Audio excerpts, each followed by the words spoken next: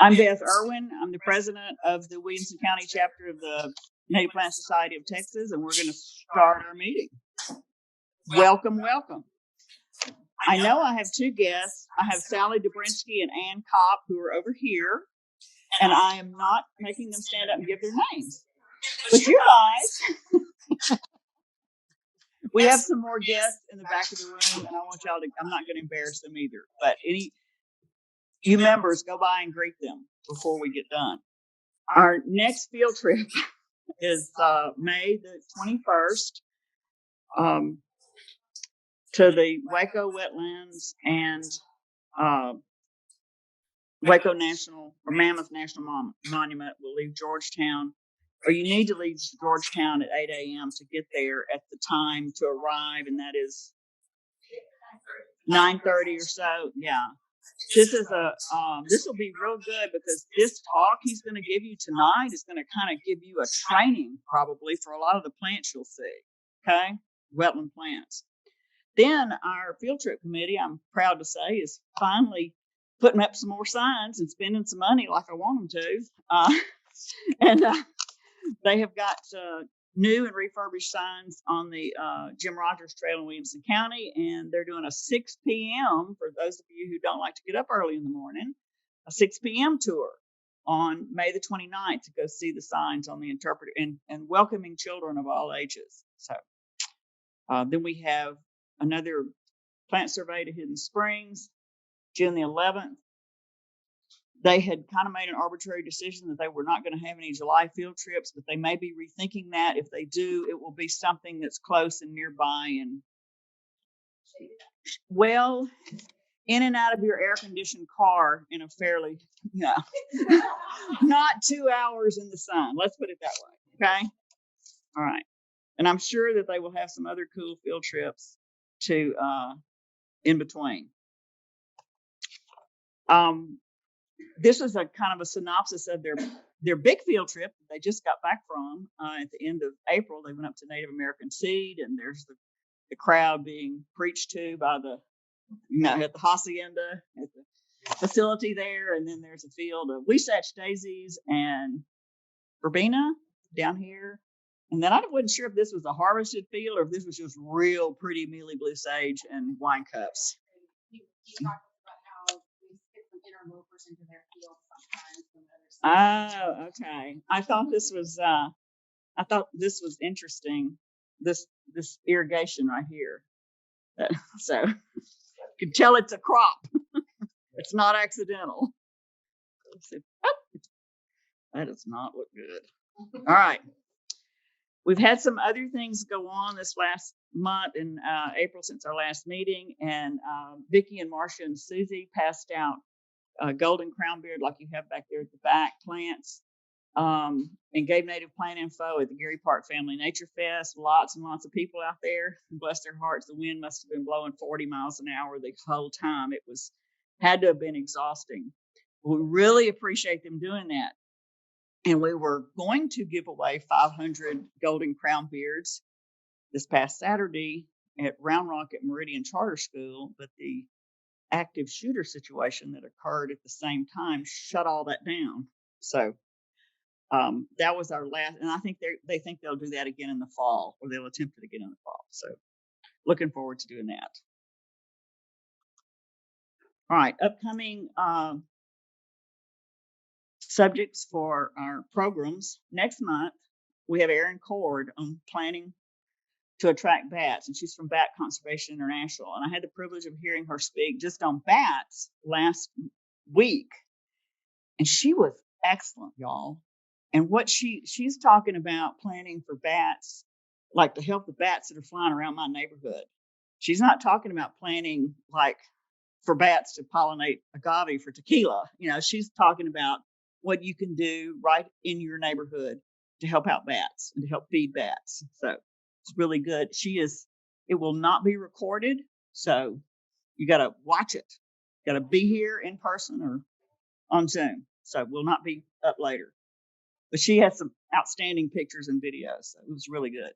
And then July, we'll have our annual elections, and Gary Bowers is going to talk about his yard, which is really cool. And in August, I don't think we have a speaker right now, but we'll come up with something. And then Joseph Marcus is going to talk about Lady Bird Johnson Wildflower Center in September, about the changes that are going on there and with University of Texas and so forth. So look forward to hearing that. If you've got suggestions for speakers, please let us know. We're always looking. And we will follow up on those that came from the survey we sent out. All right, this is how you can get in contact with us. I put up a slide last month asking you, because the survey came back and some of you said, how do I volunteer? I want to work on the weekday. I can't work on the weekend, or I want to volunteer on the weekend, vice versa. And I put up a slide that said, here, contact me and tell me when you can work, and I'll make a group list. And one person contacted me. So the invitation is still open. Honestly, it's Texas in the summertime, and we just don't do that much outside. All right. It's just, it's not an enthusiasm, full of enthusiasm. One thing that I did forget to mention is that this Saturday morning at Round Rock Garden Center, our own Randy Pinspeen will be the star speaker at 8 a.m. 8 a.m. Workshop on xeric and native plants. There you go. Xeriscaping with native plants. From a woman who knows what she's talking about. All right. We'll give away a book tonight. I believe it's going to be the one that Ricky recommended, but I didn't get the slide up. And it's a pair of books. Your Remarkable Riparian. Your Remarkable Riparian. And then there's another little book that goes along with it. All right. Future meetings, hybrid, live, and Zoom. All that information. Always take note of the location of the meeting, even though I think from now on through summer they are here. So, unless we decide to party somewhere else.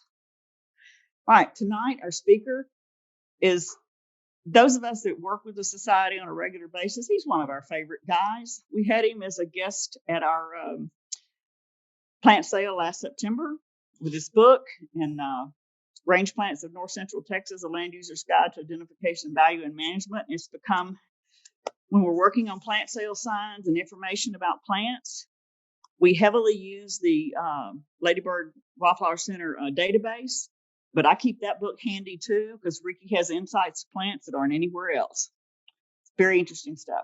He is now president-elect of the Native Plant Society of Texas, which is good leadership. And he is going to talk to us tonight about riparian, streambank plants, etc. A lot of times when people buy a piece of property that has a creek on it, they're looking for something like this, or maybe even rarer to buy land that still has these small birds on it, bobwhite quail. I took that photo in 2011 in July, north of Abilene. Here's a silverleaf nightshade. It's green. The rest of that looks like a middle of winter photo. That's how dry 2011 was. Hopefully, we're not going back into 2011 rainfall patterns again.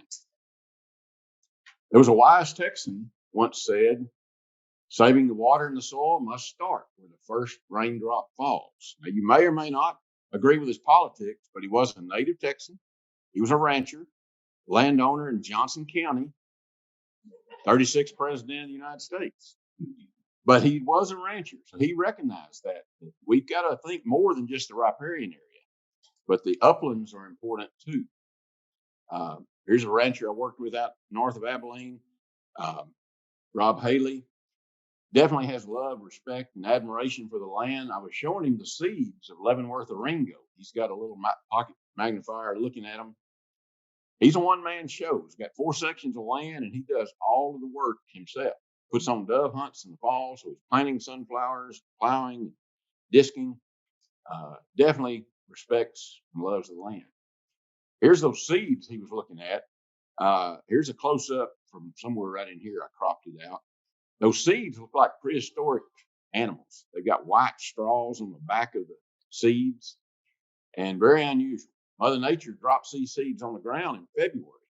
They've been matured a long time, but the quail have been eating croton and sunflower and other seeds. They're gone in February, and they're having to eat little bits of greenery to stay alive, and Mother Nature drops these seeds on the ground for the bobwhite. So this gentleman's gotten out of the truck, and you notice there's been some brush pushing in the back. So the ash juniper's been laid down, and he's noticing new plants, seeing things that he didn't recognize before. But again, you've got to get out of your truck. You can't see all this through the windshield. So how well do you understand your land? Here we got a rain happening. We don't get too many of these, but there's the raindrops falling. When we have rain, there's two things that happen to a raindrop when it hits the ground. What are they? What's a raindrop? What happens? It either does two things. It either soaks in if there's a good grass cover, or it runs off if it hits bare soil like this. Now, this is just a 4-foot tall sheep and goat fence, net wire fence. It's not a deer-proof fence. But if you look right here, it might be a little blue stem proof fence. Two different landowners, two different grazing systems. A raindrop that lands, well, first, a gallon of water weighs about 8 pounds. In a acre-inch of water, which is 1 inch of water on a football field from end zone to end zone, width of the football field, 226,000 pounds. You do the math. It's 27,000 gallons of water in an acre inch. So that's hitting the earth. Those raindrops, here's hitting bare soil, but they're hitting with basically the energy of 113 tons of weight in 1 inch of rainfall. That raindrop that lands over here and has to slide down that little blue stem, it's going to have some more raindrops come behind it to help push it along. And eventually it's going to slide on down, and it'll touch the grass leaves down here, might get to the litter, and may get to soak in. Very little of it will run off. But over here, where it's just 1 inch tall already, now we start seeing the impact of the raindrops when it hits that short grass and bare soil. And when the raindrop hits, these little droplets up here are actually soil grains, particles that have been put in suspension in the water, and now they can float away. So that's how we lose our topsoil. And the topsoil is the most important part of the land for growing vegetation. We want to keep it where it is. So this landowner is treating his land like a water catchment, and this one's treating his like a water shed, shedding off the water, which gives us this question: what do we call this topographic feature right here, bounded by the dashed line, outlets right here? What do you call that? A watershed. That's what we've traditionally called it. But there are some, I think in Australia, New Zealand, they're looking at it a little differently, and we need to be looking at it the same way. They're calling it a water catchment because they're treating the land to catch and hold that water and not let it run off. So that's how we need to be thinking about it. Unfortunately, another fence line contrast photo. These are great photos. Look for them where you get the change in vegetation.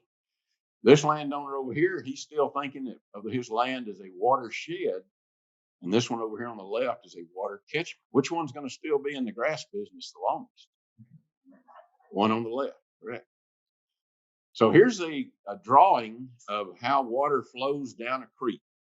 And in a straight section of the creek, there are actually two of these corkscrews, and they're coming together in the middle of the creek. And if you get down eye level to a creek, you can actually see a little upwelling in the creek, just like a football field's got a crown that's higher in the middle of the field. So does the creek. When it comes to a bend, the outside bend corkscrew, or the corkscrew on the outside where the bend is, assumes dominance. Now energy of two corkscrews is in one corkscrew. And that's what causes these banks on the outside bend to become cut. They're called a cut bank. So that energy is what takes away this soil right here in the bank, in the bed of the creek. And it will deposit that sediment downstream on the inside bend of the next corner. So the point bar sediment that's deposited here came from a cut bank way up somewhere off the picture. And the cut bank soil here will go down to an inside bend somewhere below here and become sediment. It's on a sandbar, gravel bar. And that's how the creeks erode. A creek has two jobs: to transport water and sediment. That's all they do. but they're living. They are living creeks. And the creek is trying to fix itself.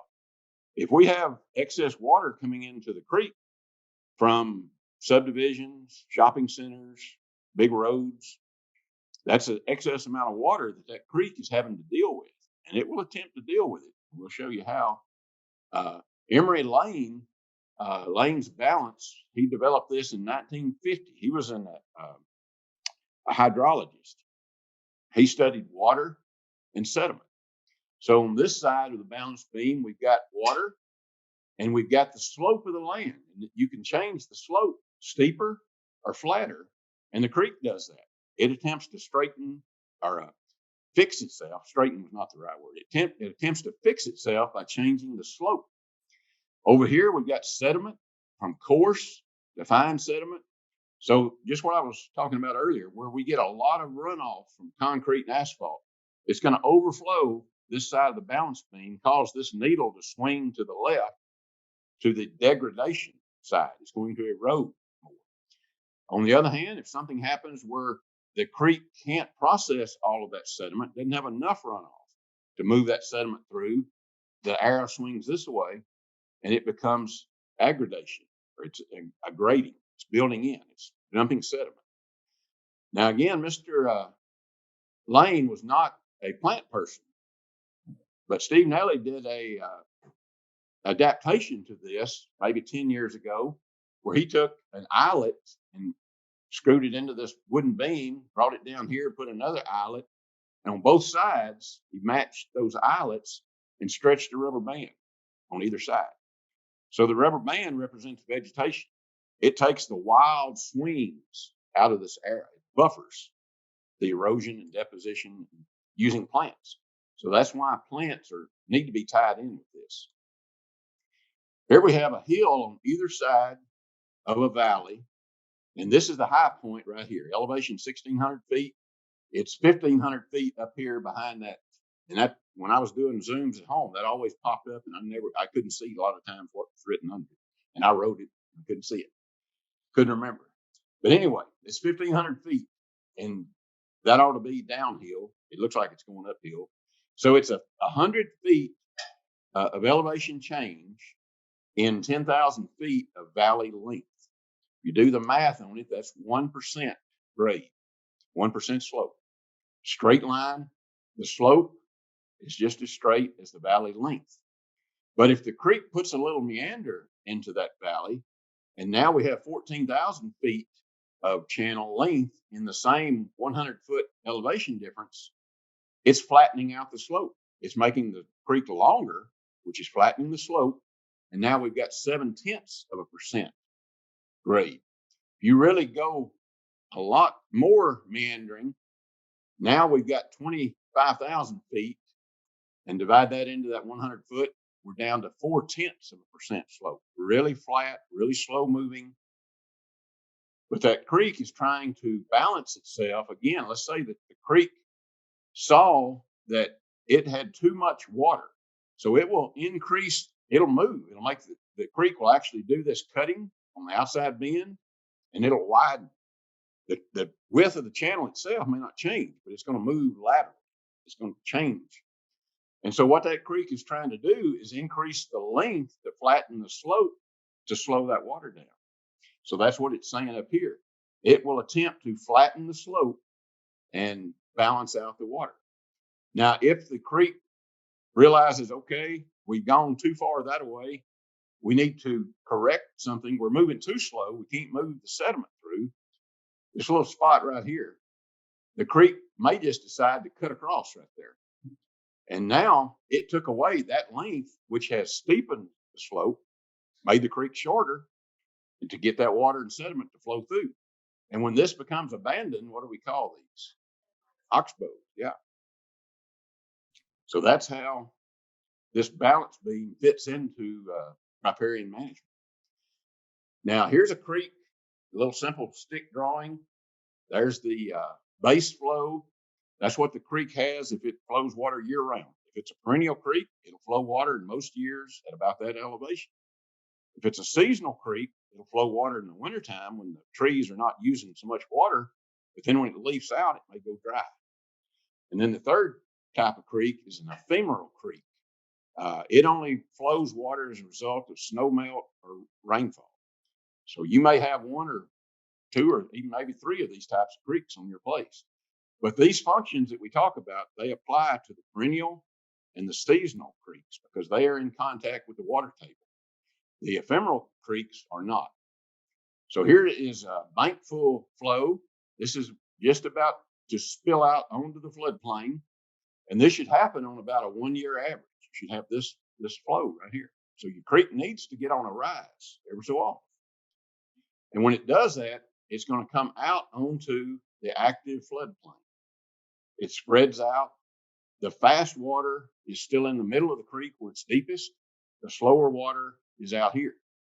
And when it's slower water, what happens to the sediment? It drops out. There's also vegetation up here, maybe roughness like rocks and boulders, and it could be logs, but there's vegetation and material up here that's going to slow the water down. So the floodplain dissipates energy, trapping sediment. And the more we can enlarge this floodplain, the more we can enlarge the riparian sponge that's under there, keeping our base flow stable. So here's a photo when the creek is at bank full, just fixing to come out onto the floodplain. We've got logs, we've got litter, green vegetation.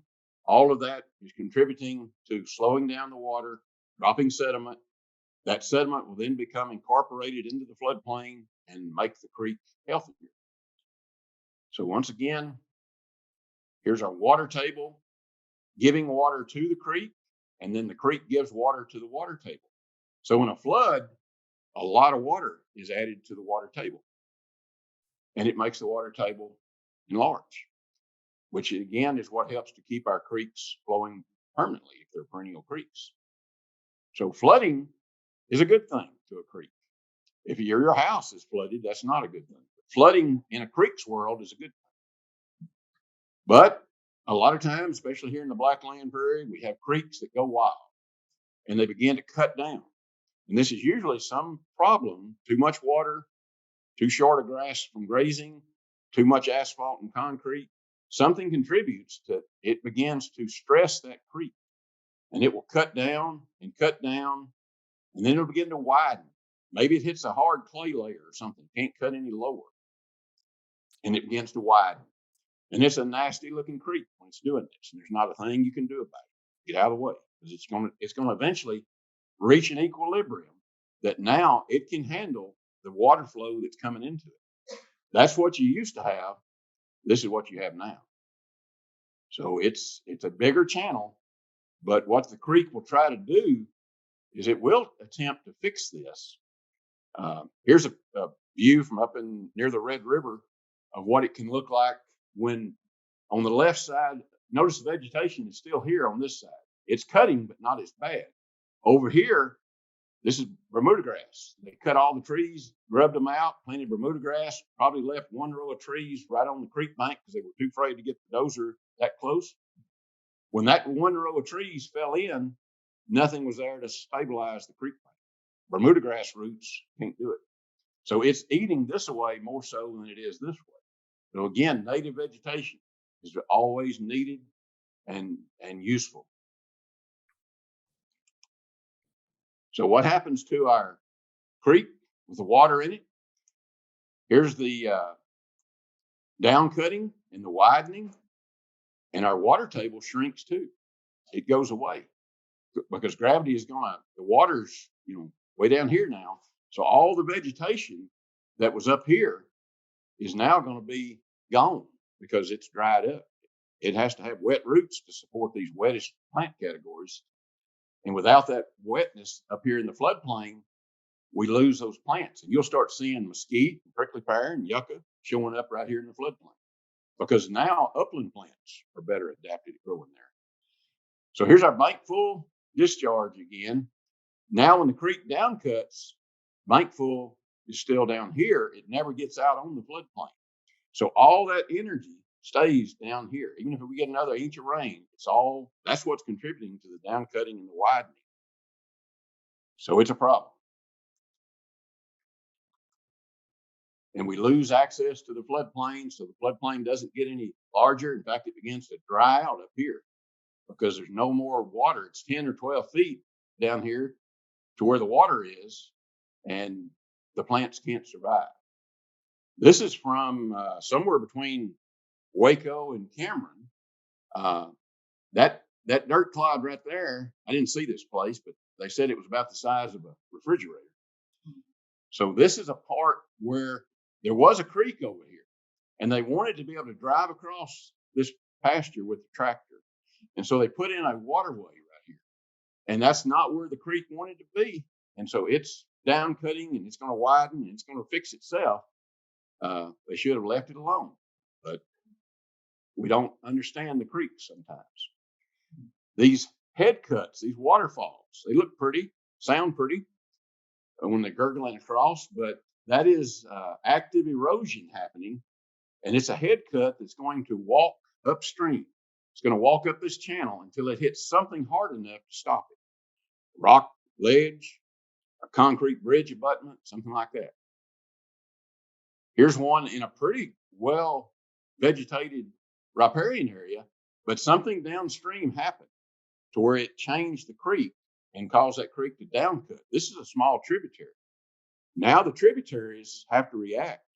And so when the water that used to be up here is now down here in the main creek, they have to fall off to it. So when they fall off, it forms these waterfalls, and they eat backwards. They go upstream again till they hit something. On rock bottom creeks, they will also follow the same prescription. We have our base flow, bank full flow, out on the floodplain, water spreading out. And there's our water table, perched on top of this rock layer. And the water is giving back to the water table, just like it did with our other creek. Increasing this new word called riparian sponge. Just like if you wet a sponge and put it on that table, water will beat up the base of that sponge. Tilt one end of the table up, and water will start to run off from that sponge slowly over several hours. That's the same thing we have here with the water table and the riparian sponge absorbing the water. So again, base flow sustained by the riparian sponge because of all that water coming in from the flood events. And it'll look kind of like this. Here's a narrow channel widening out right here. This vegetation right here is in the water table. It's in the floodplain. If you came over here and dug a hole down to that elevation, probably a foot down, water would begin to seep into that hole. So that's the area that's giving water back to the creek. But when those creeks on top of a rock bottom begin to go wild, they can only cut down to the rock, and then they have to widen out fairly rapidly. And it'll look like that when it gets to that equilibrium that we don't understand why it quits cutting, but it does. And there's all of our riparian sponge left. We lost this much on both sides. And our creek channel that used to be narrow and pretty is now this wide right here. And it's going to reduce the riparian sponge, and it'll look like this. There's a little bit right here, the old riparian area, but the rest of it's been washed away. Now the creek has become wide and shallow, and it doesn't have enough energy to push a lot of these bigger rocks through, and they begin to pile up. They may be on the side and may even be in the middle of the creek, mid-channel bars, they're called. But that's not healthy for the creek. So what does the creek want to do? Again, without using diesel smoke, it wants to fix itself if it can. And this is where we've got to help it. Now the creek became wide and shallow. It's too shallow for fish, too hot, low oxygen for invertebrates to be in. So you'll have kind of a sterile creek there. And it's lost the ability to transport sediment. And look at these lava flows of rocks. In the flash flood events, Nueces River, around Uvalde, it will flow water fairly fast. But then as the water recedes, you get down to this, and it's not going to flow much sediment. And it's left with just these lava rock looking areas on either side of Nueces River. But what the creek will do the next time it rains, gets a flood event going, it will try to deposit sediment. Again, the fast water is going to be kind of in the middle. And on the edges, it's not as fast. So a little sediment will build up. Maybe some vegetation will begin to grow. And the next time it rains, a little more sediment is working inward. Now, if we get a big rain, it can blow it out right back to where it was. But hopefully it'll stay in there and keep adding sediment. It's trying to rebuild the channel down here. And it's even putting dirt, sediment in the bottom of that channel. And now you used to have a creek with that size channel. Now you've got a creek that's very deep, but a very similar looking channel. So the creek has rebuilt itself down in the bottom of that channel. And it did that because we removed the hindrance that caused the problem. Maybe it was overgrazing. Maybe it was mining, gravel mining or something upstream, whatever the problem was that caused the creek to downcut. If you remove that problem, the creek can fix itself. And the water table will be restored, but it's going to be restored down here. And again, all the vegetation that used to be riparian, obligate, facultative wet plants that like to have their roots wet, they're gone. But they are down here now. And so they're reforming down lower. And just like when we see the corners of the big creek begin to heal, this is in Junction. I can't remember if it's called Bear Creek or Bull Creek, but it's in Junction. And look at the rock. Some of this rock comes from the bank.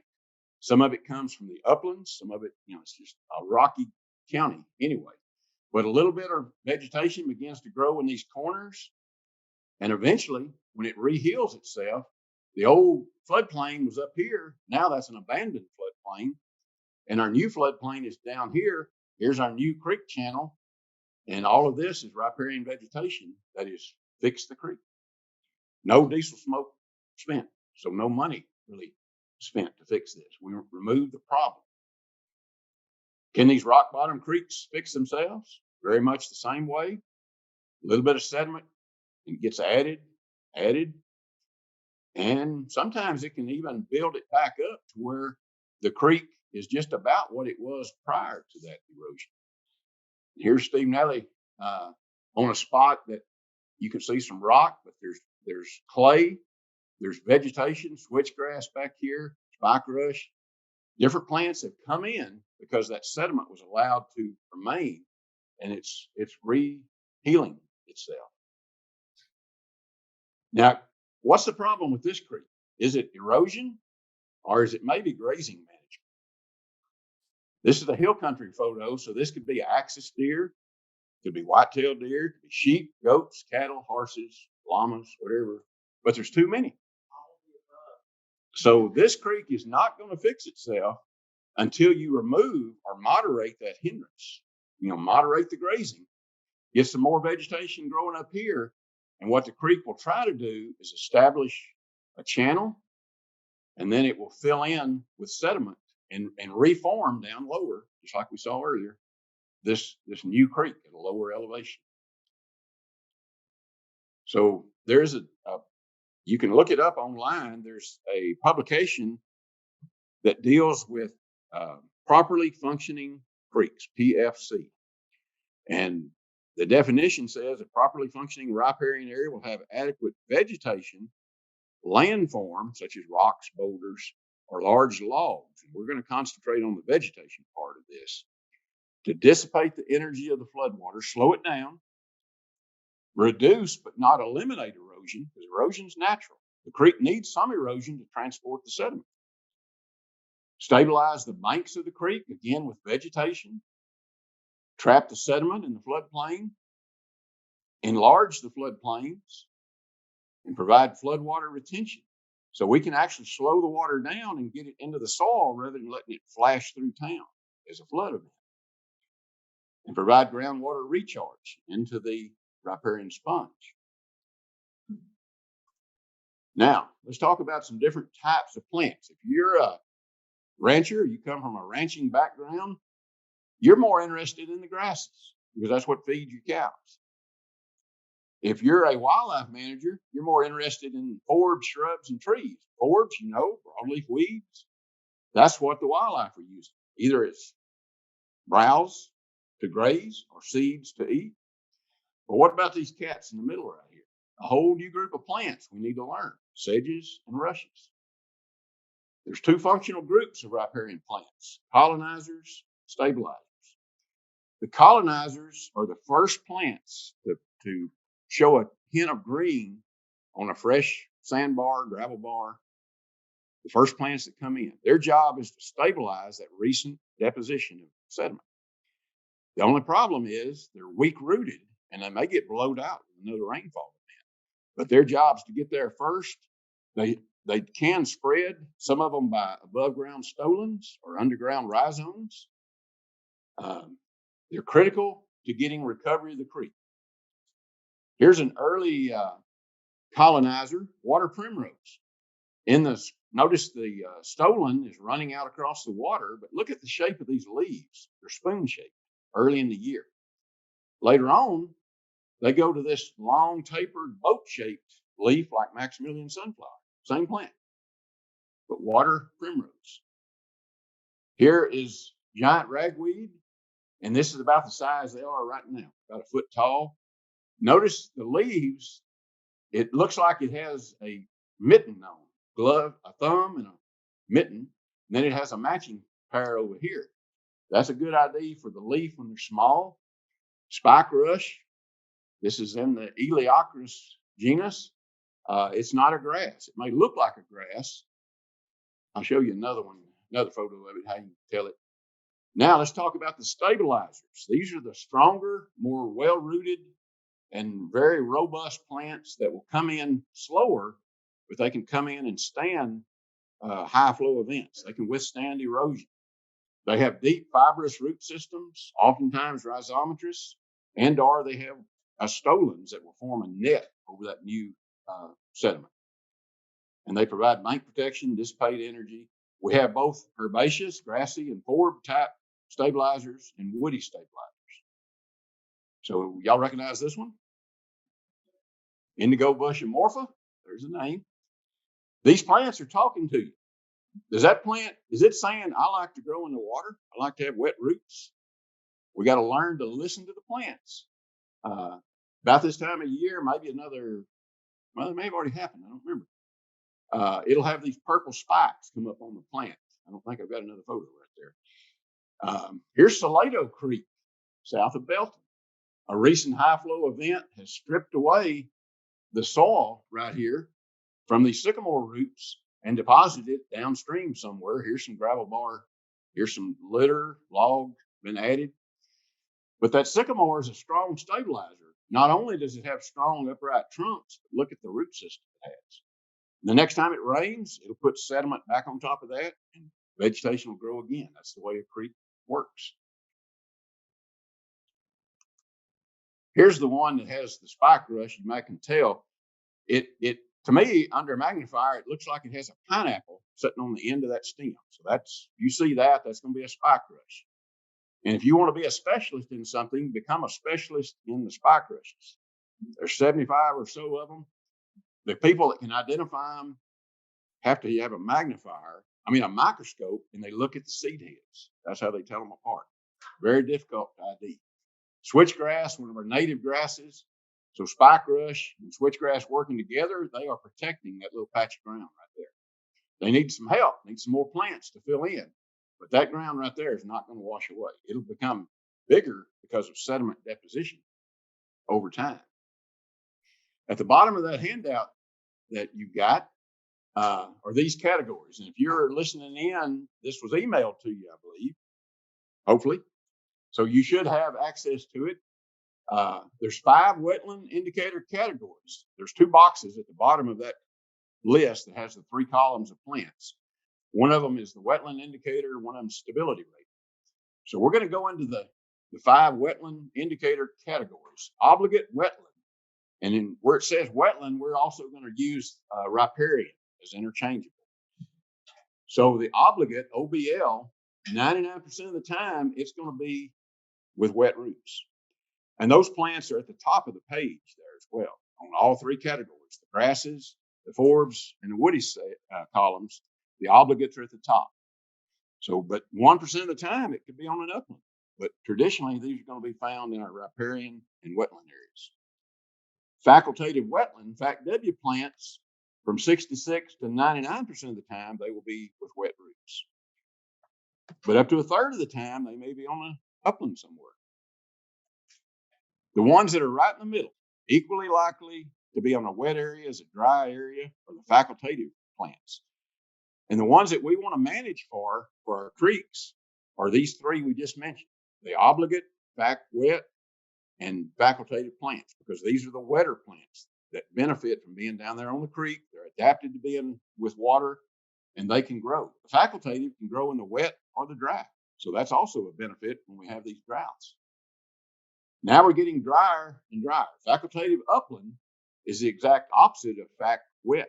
So this one, 66 to 99% of the time, it will not be in a wetland or riparian.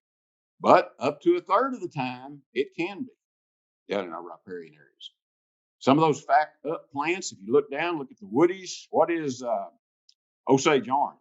Is it a fac U or a upland? Upland. See, it's even drier. It's this one right here. 99% of the time, it will not be in a wetland. But Osage orange, bow dark, horse apple, whatever you want to call it, it's common on our creeks. So that 1% kind of comes and goes sometimes. But that's the way we can start learning what these plants, where they want to be, and how we can manage for them. That other box has got, and the other column has stability ratings there, and the stability ratings are tied to a man in Arizona named Al Windward. He developed these for Arizona to show the strength of the plants. And he said that a plant that scored a 1 was no better than bare ground. It had the stability of bare ground. We must have better plants in Texas, because the lowest we gave ours was 3. And the highest, he said, was equal to a 10, was the plants that had the stability of anchored rock or large anchored logs. So we think of anchored logs, think about a log that gets buried in the creek. You put rebar in concrete to strengthen it. Those logs are like putting I-beams down in that concrete, a lot stronger. And we have 2 that on that list, it may or may not say. Bald cypress, we've adjusted it, and we call it a 10 now. It may be a 9 on the woody side. And then sawgrass on the grass sedge side should be a 10. In the hill country, the higher gradient slopes, greater than 0.3% slope, those creeks, we look for plants that have a minimum score of 7. You want a majority of the plants on your creek having a score of 7 or higher. For the Blackland Prairie creeks that are flatter in slope, less steepness, less than 0.3% slope, we can get by with plants that score a 6 or higher. So we've got a little more room to work with. We've got more plants to work with. If we look at the functional groups of this little creek bank right here, we see colonizers right down here in the moist mud, right on the front end of the battle. They're down there getting rooted. We've got the stronger stabilizing plants back here on the bank. We don't know a whole lot yet until we start identifying what they are. This one is an obligate growing right down there in the water. Here's an obligate sedge, a facultative grass, and a fac wet woody plant. Put the names on them and their stability rating, and this watercress, which is introduced, we can tolerate some introduced plants. If they're doing a good job down in the creek, we can tolerate them. But sometimes they go wild and we don't, like tallow, giant cane, Chinaberry. We'd rather not have those down there. But it's doing the job of an early colonizer, getting there on that moist mud and stabilizing. Here's emery sedge, has a stability rating of 9, switchgrass 9, black willow 7. So now we can kind of understand why these are here, because they need some water. They're fac wet and facultative plants. The obligate needs to have the most water, and they're there where they're supposed to be. It begins to make sense. So here's an early colonizer. This is frog fruit, facultative, stability rating of 4. Everywhere these stolons run, where you have leaves come off, there'll be roots underneath it, and it will root down, and it'll colonize, and it will crack open rocks like it's doing to this one right here. Everything you see in that photo is spike rush. Now, a recent high flow event stripped away, like pulling carpet up. It stripped away the spike rush that was growing right there. But not to worry, because spike rush has underground rhizomes that will spread right back out and recolonize that spot right there. And spike rush is kind of a transition plant. It's a strong colonizer, but a weak stabilizer. So it's got a score of 5 or 6, depending on which one it is. Obligate plant. Now, everything in this photo behind the hat is taller plants of knotgrass, K-N-O-T. Everything in front of that hat, the short stuff that's now spreading with stolons across the ground, making a netting, that's also knotgrass, the young plants. So knotgrass, another colonizer / stabilizer, back wet, scores a 6. Again, it fulfilled the job of a colonizer in trying to hold down the gravels and the soil with netting of those stolons. Here it is on a lake up near Munster. The lake level was dropping and the knotgrass was running out to try to get to the water. And it will march on down to the water and it'll march into the water. Now, I'm looking at several of you in here got enough gray hair. Y'all probably remember the 60s and what that meant, right? So that's the seed head of knotgrass. If you see this seed head out in the water, edge of the water, that'll be knotgrass. But if you see it on the uplands, that could probably be an introduced grass called Bahia grass. So, but this is a strong native, back wet, scores a 6. Broadleaf wood oats, you may have learned it as inland sea oats. You may have learned it with a genus of Uniola. It's not, they get a new group of botanists every 20 years or so, and they have to change stuff. Yeah. So they've put it now into a genus of Chasmanthele, and the common name is broadleaf wood oats. It's facultative, scores a 5. Now, if you've got a shady spot in your yard that nothing will grow, this will grow. It's a summertime, warm season perennial, but it can grow in pretty good shape. And being facultative, it can take wet or the dry. In South Texas, when it matures, ranchers down there call it fish on a pole grass. But these seeds are worth somewhere around $100 a pound. Yeah. So this fall, you need to be out harvesting seed. Here's a really good looking wildflower called water willow. It is growing in about 6 inches of water. These roots are spread out and it is rhizomatous. It won't be in 3 foot deep water. It's going to be in shallow water right on the edges. It has beautiful flowers with the white petals, purple dots leading the pollinators to where the pollen and nectar could be found. Here's a grass called southern wild rice. It's not a rice, but it has that name. It's an obligate, scores a 9. Very strong. Here it is in Limestone County in the Post Oak Savannah on a little creek. Took this photo last week. We did a riparian workshop on the San Antonio River. And this is an old dam built at the first mission. I can't remember the name, Posada or something like that. So anyway, and this was built, they said there's a marker there between 1730 and 1740, this dam. So that water has been running across there a long time. Look at when it comes over this dam, this is an old abandoned channel of the actual San Antonio River. It's not the widened channel that they're trying to restore. But look at what it hits. It's hitting grass. Here's a hackberry right here, but it's hitting southern wild rice. Here's the seed head of southern wild rice right here. Big stems, they're oval, almost flattened in shape. Grows right in the water. Here it is, and I have to confess to a trespass. Back when I was working, that white government truck with the emblem on the door would get you into a lot of places. Nobody would fuss because they knew who we were, knew we weren't going to steal anything or tear anything up. I was in Navarre County going down a gravel road, and there's Bermuda grass on either side of this little slough right here. And that slough is maybe 10 foot wide. The southern wild rice on either side of it, I didn't know what it was at the time, but I knew it was something we needed to know about. It was probably 8 foot, maybe as much as 10 foot wide on either side, and just Bermuda grass, maybe 80 acres with this running down the middle of it. So I got my camera and my sharpshooter, went out there, got at the edge here and tried to dig up as much root as I could. And that old black gumbo, I thought it was going to suck the sharpshooter into the ground. Barely got it back. So I didn't get much root. But this is the tailgate. It's not a stretch photo. It's cropped top and bottom. So this is one plant. I cut it right here and laid that part right there. So there's 4 feet plus 3.5 feet. It can be up to 12 foot tall. And the seeds, are great for wildlife, but it's not rice. But again, with being an obligate, being able to withstand the flow of that river hitting it directly at 90 degrees, it's a strong grass. Here it is, and it gets about 9 foot tall around here, can get taller. Here is one on the San Saba River, very similar looking, but it only gets about 3 foot tall, called rice cutgrass. Also an obligate, but it's weaker rooted, and it only scores a 5. But it's growing right out in the water in San Saba River.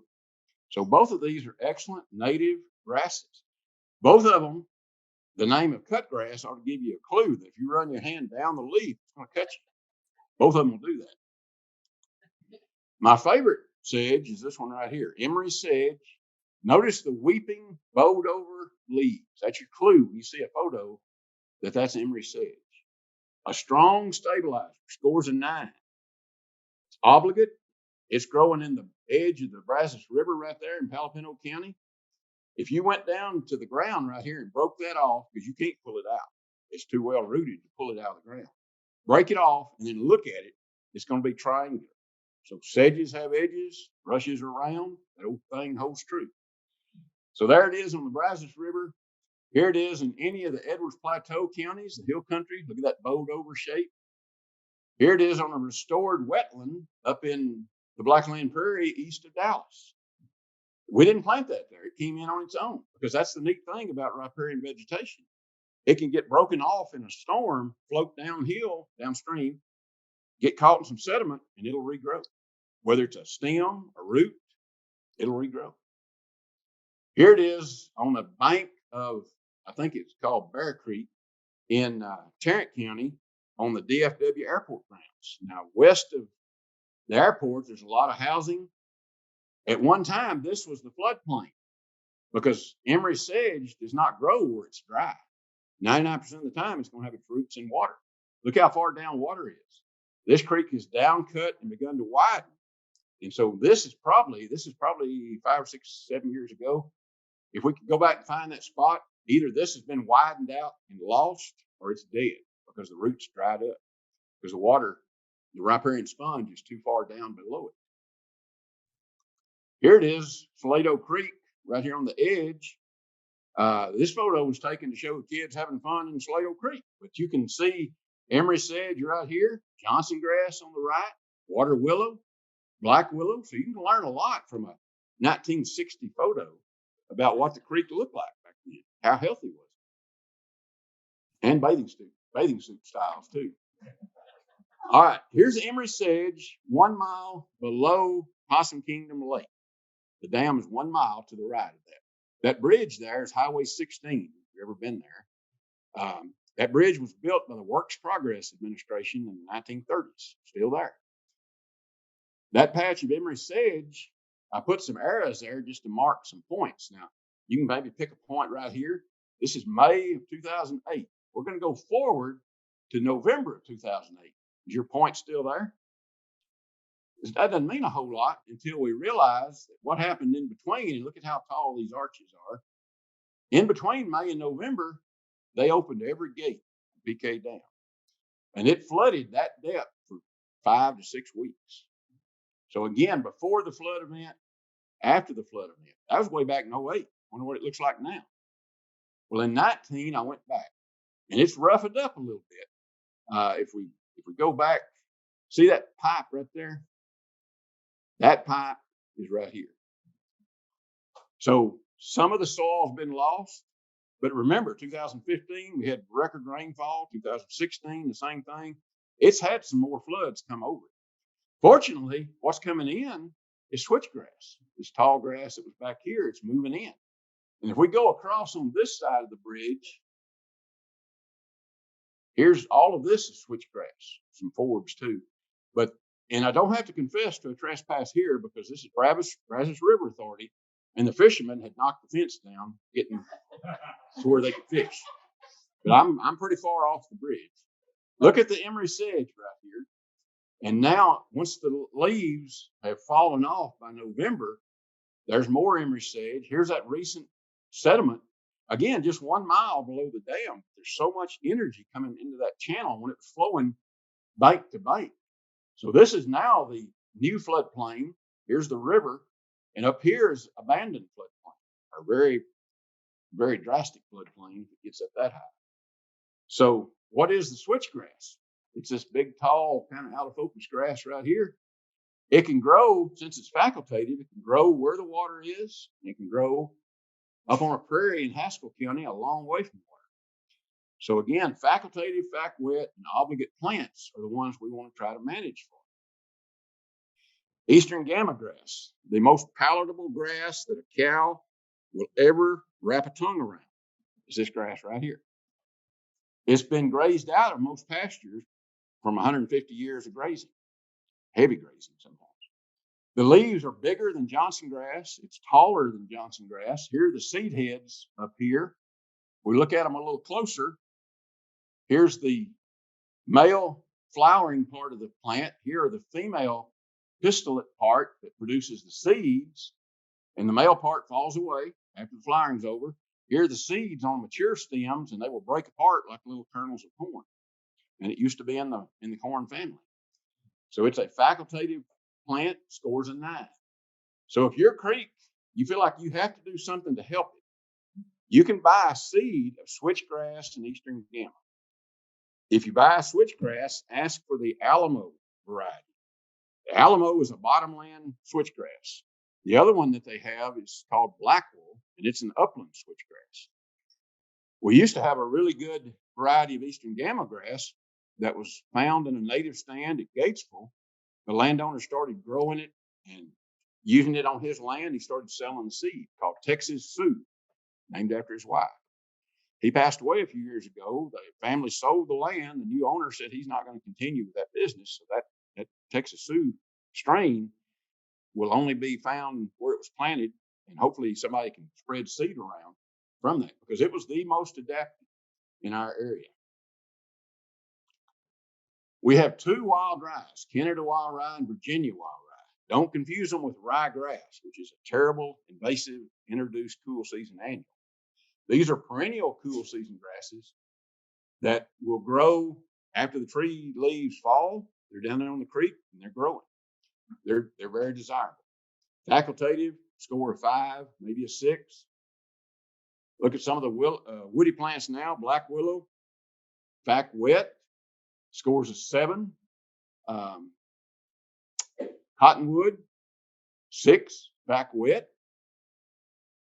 Sycamore, facultative, score a 6. So all of these are good for the Blacklands, good trees. Bur oak. See that Tahoe sitting right there? See this rancher standing right there? That's a big bur oak. That's about a 1/4 mile away from Mill Creek in Navarre County. So probably this was the edge of the floodplain 100 years ago. But the creek is a long way away from there. It's down cut and probably doesn't get out this wide a bank. But here are some young leaves of bur oak. Those leaves will be a foot long. The acorns size of a golf ball. But facultative scores a 6. Any oaks are good. This is just a common one. Here are some bur oak seedlings on that DFW airport ground. Glad to see them coming in. Buttonbush, or button willow, if you want to call it that. A stabilizing shrub. It's never going to be a tree. It's a multi-stem, kind of like indigo bush amorpha, a multi-stem shrub. Obligate. So what does that tell us? It wants to be near the water. And it scores a 7. Now, the flower, several people this year have said that looks like COVID virus. But it's a good pollinator flower and a good riparian plant. Box elder maple.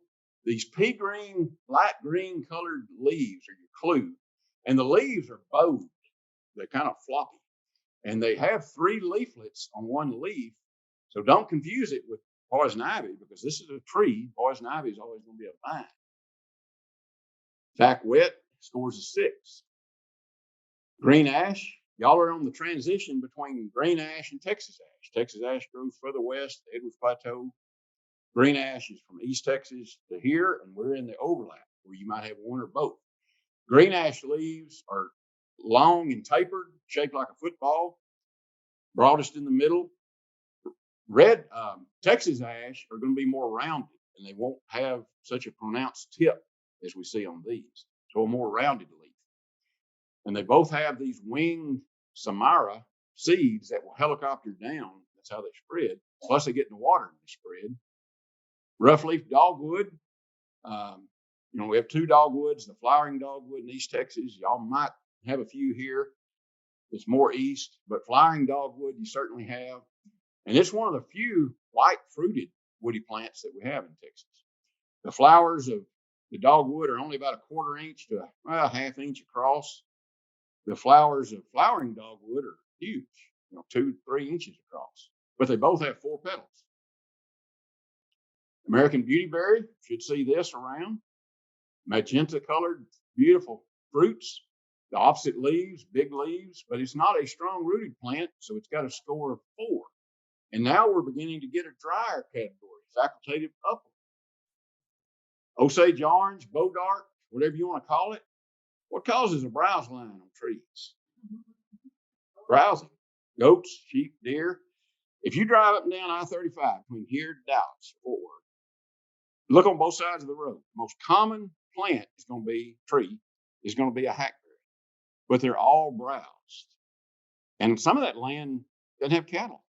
So what's causing the browsing? Deer. Where it does have fencing, cattle are also browsing. So watch for that.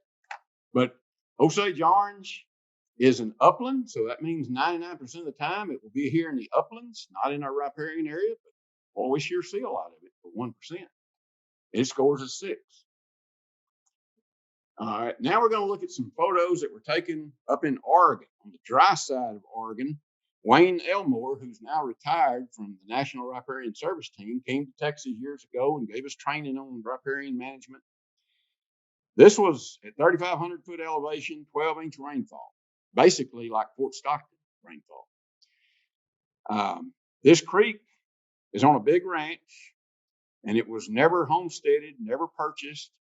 The government owns it. It's Bureau of Land Management land. It's been leased out for over 100 years, oftentimes with poor management. They might have leased that land for 12 cents an acre. So people tend to overgraze when it's that cheap. So we're going to go forward. I got to set this up. This big conifer right here and these small ones were cut down after this photo. Makes it clear to see the background. But in the 1950s, people thought the willow that they had up there, which is similar to our black willow, but it's a different species, grows on the riparian areas. They thought, that's taking a lot of water. We had a lot of plants that were labeled like that years ago. And since with better research, better methods of measuring, maybe they're not as water hogs as they were thought of. But they sprayed miles and miles of these creeks. And this area that he evaluated was a 3.5 mile long section. They call it a reach in this riparian world.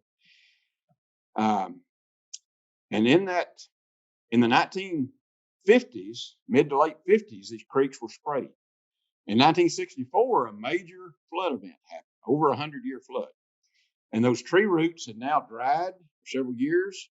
The water came running down the creeks. Nothing was there to stabilize the creek banks, and they washed out the trees and eroded. This had been a blue ribbon trout stream. So that happened in 64. 77, it still hasn't recovered. It's washed down to white rock. There's a little bit of water trickling here, certainly not going to support any aquatic organisms. This cut bank right here, it's about 6 foot tall. Very little sediment is applied to it, so it's fairly fresh. Well, we're going to go, and I want to call your attention to this tree right here. I always said it looked like it had a hula hoop around it. And up behind this black box is a dead snag. Looks like 5 or 6 foot tall, dead tree. Can't see it. But this one will be in the photo. So now from 70, well, what they measured, As I said, it had accelerated erosion, had 100 years of poor grazing management, which equaled poor vegetation. And as we go forward, you're going to be looking down here in the riparian area. Cast your eyes up here on the mountainside, see if you see any change in the vegetation. The riparian sponge was measured to be 4 acres in a mile. So think about 4 football fields stretched the length of a mile, 2 acres, 2 football fields on either side of the creek. Wasn't a whole lot. The water storage in that riparian sponge was only 1.5 acre feet of water. And the bank erosion at 3.5 mile reach is about 17,500 feet. They had accelerated bank erosion on 2/3 of it. Still, what? 13 years after the flood. So it's still eroding. What they do to fix it? From 77 to 79, they told the permittee that you're going to have to take the cows off. No grazing for 3 growing seasons. From 79 to 84, they let him come back in with a reduced stocking rate to see if this was going to improve the vegetation.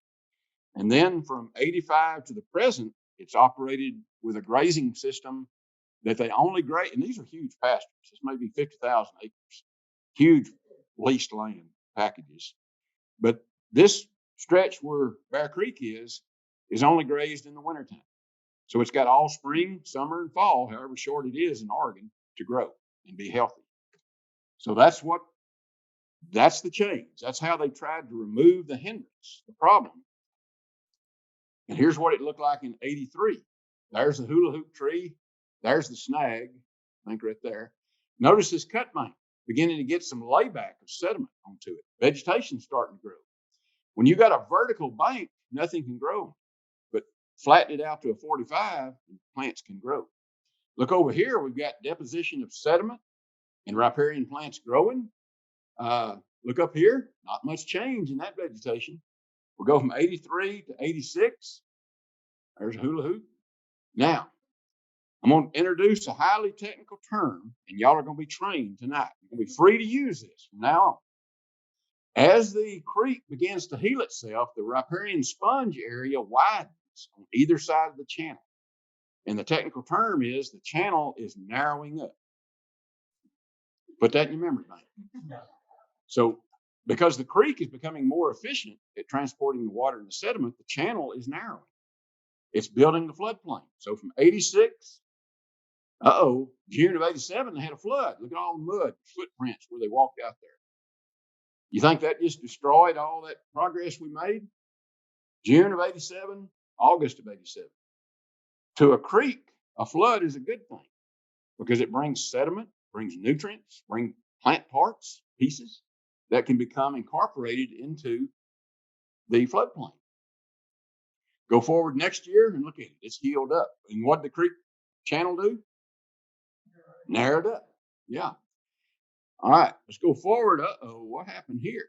Is this the right spot? Let's see, where's the hula hoop tree? It's kind of off to the side, but there's the snag. Let me go back and see if this, I don't know if that triangle bush shows up. Right over here, that bush right there shows up. I thought it was in that other photo. But this is a drought year. 93 was a drought. So the last bit of water is in the middle of that channel. And what do the plant roots do? They go to the water. So they're going under the channel in the soil and growing and making that channel stronger. So to a creek, a drought is a good thing because it makes the channel stronger. 93 to February of 96, they were out there at a different time of the day. Here's where I was wanting to show you that triangle shrub. It's right there. 96, there's that triangle shrub. There's too much shadow on the hill to see what's what. But this is well out of the floodplain, this flood event. It wasn't a 100-year. It was, I think, a 75-year flood event. And they said this was snow melt with rain on top of it. So that's what increased the runoff. So did we lose all the progress we've been making for 20 years? There's April of 96. There's the hula hoop tree. And there's the snag somewhere right up here. Notice the photo point has shifted downstream. The creek has begun to heal so well that beaver had moved back into the creek, and they had to move it down to show the beaver down. Not a lot of wood yet to make a good dam, but the beavers have returned. So April of 96, the creek widened because of the beavers. October of 96, this is about when the cows would be turned into this pasture. Have you been looking up here? I don't think there's been 1 pound of grass growth difference. This whole soil up here is geologically, it's just not going to grow a lot of vegetation. The fact that it's got some cover on it is good, but it's not going to be where a cow wants to be. They want to be down here. And now that old rancher is saying, you know, they might have something here. I'm not so against this now. 2001, there's hula hoop, another drought year. And here's the last photo that they took. Wayne Elmore retired shortly after that, and I don't know if anybody's keeping it up. There was a lady named Janice Stotts keeping it up. So there's 30 years of restoration. 0 gallons of diesel was expended in fixing this. They removed the hindrance. They adjusted the hindrance. They adjusted the grazing. Here's a cross section of that creek. The hula hoop tree would be back here. Here's that cut bank that we saw first. That little bit of water on top of the white rock was right here. As we go forward from 77 to 83, they went back out there and they measured the elevation change. And look at all of this is sediment. Here's where the creek has narrowed up. That was that photo in 83 that had the water again. Look at it in 2001. It narrowed up even more. And it has the very bottom of the channel is now 2 feet off that rock bottom. So sediment has lifted the creek up, kind of back like it was originally, we imagine. Don't have any photos prior to when it down cut. So 10 years of management. Creeks can heal if we remove the hindrance. Here's a couple of other creeks. You can't see the plum thickets back here, but this bald knob is very prominent. Look how wide the channel is, and it's got this saw edge. Anytime you see a zigzag edge on a creek bank, that's unstable. But there it is in 86. Here it is 11 years later. There's the plum thicket back there. Here's that bald knob, which is healed over. And what did the channel do? Narrowed up. See, you've got it now. Just by changing management. That's all we had to do. Texas Creek in Colorado, 76, 78. Look how it's wide. It began to narrow up. This rock right here is hard to see right up in there, but there's that same rock again right there. So again, narrowed up again. So it works. The creeks are alive if we give them a chance. Remove the hindrance. So what are some of these hindrances? Excessive mowing, farming, or shredding, grazing too close to the edge. Cattle's coming up next. This is in Hamilton County. It's an absentee landowner. Just to the right, maybe a quarter mile down the road, is a party barn. Skeet field, trap field, horseshoes, barbecue pits, swing sets, all of that. It's a play area. And I guess they wanted it to look pretty.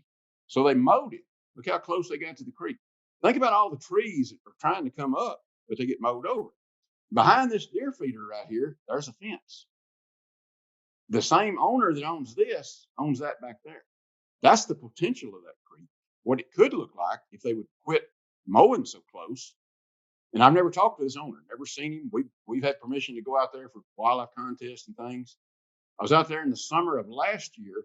This rock ledge right here, there it is right there. It was so dry, they were able to mow right in the bottom of the creek and mowed the water willow down. They don't understand good, healthy creeks. Here's the cattle. Now, this is terrible. This is from Taylor County, Abilene. I worked there 14 years. Never saw it look like this. Change of ownership, change of management. And that's a wintertime photo, so it's drab anyway, but that's terrible. Terrible overgrazing. Here's Salado Creek. This one old cow's grazing on indigo bush amorpha. Said to be poisonous, but must not be real poisonous.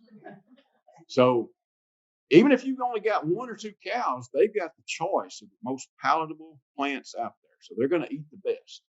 So when you say, I'm going to defer this pasture from grazing, that means 100%. It doesn't mean 98% leaving 2 cows in there. You got to get them all out the rest of the pasture.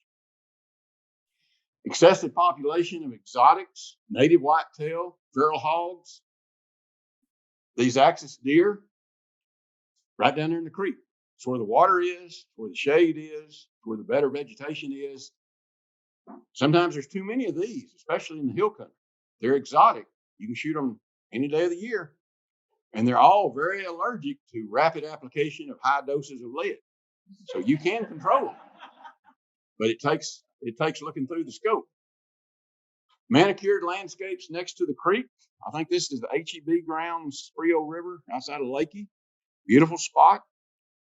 Those ball cypress on the right, only one age class, mature. You don't see any juvenile or seedling ball cypress. They're keeping it mowed. And they don't allow any logs to pile up here or any leaf litter or debris because it's going to look ugly.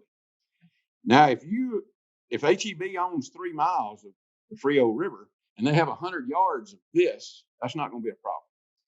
But let's say it's a part of the county where every landowner has only got a 1/4 mile wide section right down to the water. They sell it that way so you'll have river access. 1/4 mile is 400 yards. And now if you've got 100 yards, it's beginning to impact. Everybody doing that, it's a negative. It's a hindrance. Now, we're awful close to this one. I kind of hate to admit to where this is. So let me just give you the initials of this town. This is Salado. That's the golf course. That's Salado. Look how wide the creek is. When a flood happens, something's causing sediment to drop out. What's causing it? Well, we don't have the slides. Okay. They put in 4 tin horns right below this to drive the golf carts across. There's, I think, 3 holes on the south side of the creek. The rest of them are on the north side. They needed to get the golf carts across. Do you think 4 24-inch tin horns is going to flow the water and sediment that creek flows? So when you slow the water down, sediment drops. This guy, golf course superintendent, calls this guy, who I often joke says got the most stable job in the county, because he gets called out to remove that gravel. But it came out in the Federal Register several years ago that the village of Salado was fined by Texas Parks and Wildlife for illegal mining of sand, gravel, or marl from public waters. That's illegal mining right there. And a while back, after that, I went by the same area and look right here. They've got a sign that says TPW has approved removal of rock. So they got their permit. But it's still not a good thing to do. The creek is wide and it needs area for that water and sediment to transport. So artificial removal of the sediment. They're also dislodging vegetation from that area, not allowing it to grow. And talk about dislodging vegetation, prior to 2007, Jeep clubs would go down into the hill country and they would drive up and down the creeks. They might drive 10 or 15 miles, one town down to the creek, come out somewhere else. Think of those mud grip tires churning through the sediment, dislodging vegetation. Engine gets hot, pumps out, putting gear oil, transmission fluid, radiator fluid in the water. Not good.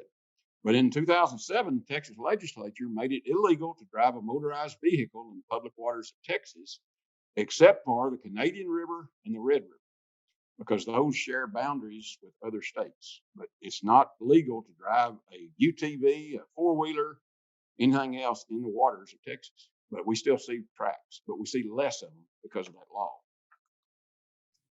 Removal of large logs. Notice right here a chainsawed off stump. When that happens in a creek, this is the San Antonio River, taken several years ago, southeast of San Antonio, back out in the normal San Antonio River channel. If your house is right above this, you can take out a few trees, but don't clear the whole creek. The creek needs those I-beams to be buried up in sediment for stability. And we can love a creek to death. I found this photo on the internet. Don't know where it was taken, don't know who took it. But it represented what I wanted to show in this hindrance of excessive foot traffic, excessive access to certain locations can be harmful. Packs the soil. Plants won't grow. So here they've got a mowed area for the fishermen to come to. We need access. People need to get out in the outdoors, creeks and rivers. But the cattails and other vegetation over here are preventing people from spreading out. So we've got kind of a sacrifice area in the middle there, but it's where they can go and fish. Looks like a water willow growing right there. Not sure what that is. Maybe a small water willow.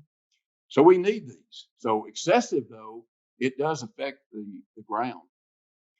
And then excessive pumping from alluvial areas. So think of the Brazos River downstream from here, Colorado River. As you get closer to the rice country, they put in wells right on the edge of the Colorado and the Brazos that are 50 foot deep. But the well is so strong, they have to put a 350 cubic inch Chevrolet engine on the pump. They're not pumping from the well. They're pumping from the riparian sponge of the Brazos and Colorado River. So when that happens, we see a yellowing of the vegetation. Here's switchgrass. You might have thought at first it was emery sedge, but it's switchgrass, and this is all spike rush, but it doesn't have good vigor. It doesn't have a good color. It's because it's being dried out from below by excessive pumping. And then we need to do a better job of building good bridges, crossings. Make the bridge invisible is the best thing we can do. Make it invisible to the creek. Kenneth Maben took these photos up in the Metroplex. Subdivision was built, and the city decided, we need a road out the back way in case there's accident or something happens that people can't go out the main road. So we need to build a road across this creek. So engineers design as a bridge that will carry traffic for a 100-year flood. So they build 6 boxes. Here's the original channel width. Here's the creek coming in. And the creek says, okay, I like this box right here. I'm going to use it. And it's filling in the rest of it.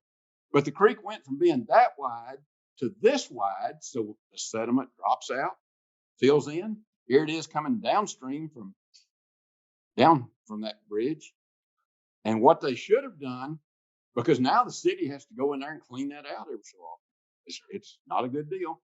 They should have built the bridge with one big box, the width of the channel, making the bridge invisible to the creek, put some smaller boxes up on top and build the road on top of that. Make the bridge invisible. And then wildfire. Wildfires are bad. Prescribed burning is normally good, but we shouldn't be burning in riparian areas. The vegetation is not adapted to fire. It's adapted to wet conditions. But this was from the 2011 wildfires in April, Palomino County, right along this low water crossing right here into a subdivision. Here's water willow, switchgrass, buttonbush. Probably was 5 or 6 feet tall at first, and then got burned down. This was about 4 to 5 months after the April fire. Notice all the dead trees back here. They've been top killed. Most of them are going to root sprout. Most of them are oaks and green ash.